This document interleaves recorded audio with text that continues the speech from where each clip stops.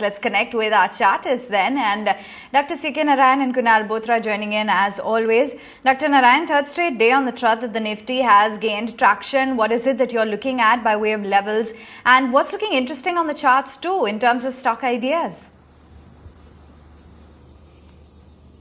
Good morning, Aman. Good morning, everybody.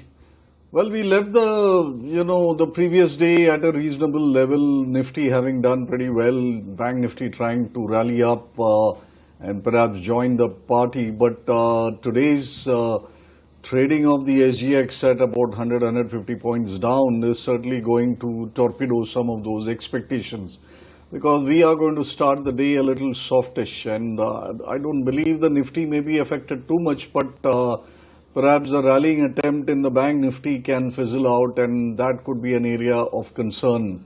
The PSU banks were up and about slightly, but I think towards the end of the day, even they gave up their attempt to rally, because we did see State Bank peel back from about 3-4 rupees from the highs that it had recorded, and therefore it's quite possible that long holders in PSU banks as well as private banks might want to jettison their position, and this could continue to keep the pressure on the bank Nifty. And if the banks don't perform, the rest of them will also not perform very well, the Nifty. The FMCG index is also showing some amount of weakness, and that could be another source of concern.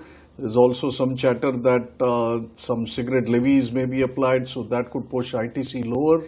And that's a heavyweight. If the other heavyweights such as Hindustan Lever, etc., were to get pressured down today along with the rest of the FMCG pack, that could again act as a dampener.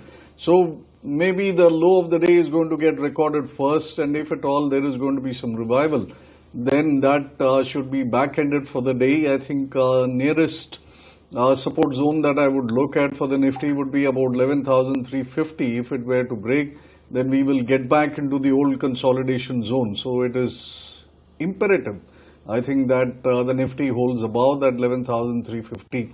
A minor poke here and there is fine, but it should hold above that. But it's premature to pronounce the death of the bull trend, so I continue with a couple of longs, and these are stocks where trends are quite visible. And the first up, Tata Chemicals, I think that's a stock which should move up from the current levels, looking for a target 325, stop loss 308.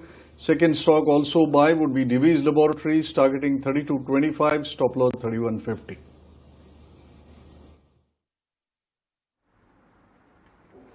Okay, there you have it. That's the word coming in from Dr. Narayan, talking about how it would be a bit difficult to say whether or not this sort of a run-up has run its course. Getting a move on then, let's find out what Kunal thinks. And Kunal, take us through your strategies, and are you too of the view that perhaps it's premature to hazard a guess on the direction right now? Yeah, I think after yesterday's breakout, there was an inkling as such that the market could probably have started a new course on the upside. Bank Nifty was the one which was the only pending index to try and perform on the upside and break out on the upside. So I think after yesterday's breakout and the close above that 11,400 mark, there was all sort of expectations and speculations that now I think the Nifty would probably try and break free to the upside. But I think after today's SGX Nifty cut, we need to see how the things pan out, whether the market internals get into a worsen mode, whether there's of course going to be a bout of profit booking, which is likely to happen in the first half an hour or so. But then we need to see signs that whether the index is stable post that, or whether the selling sort of accelerates. So I think those would be the couple of data points which would be important. And also in the last I think 5 days, 7 days odd, there has been too much of intra-range volatility. Now that's of course not a good sign, because even if it's a shakeout as such, there would be a lesser amount of participants, and every time there's a breakout, there is a swing breakout where the indices manage to close up higher and then it scales back lower. I think the trend gets weaker as such on the charts for the indices. So I think that this kind of volatility would not really result into any kind of positivity for the markets overall. And I believe after today's S650 cut, the chances of some bit of profit booking the first half an hour or so could probably not be ruled out. I would initiate a mix of buy and sell purely based on what the SGX is indicating. and assuming that the Nifty would open with a downtick of almost 100 plus points.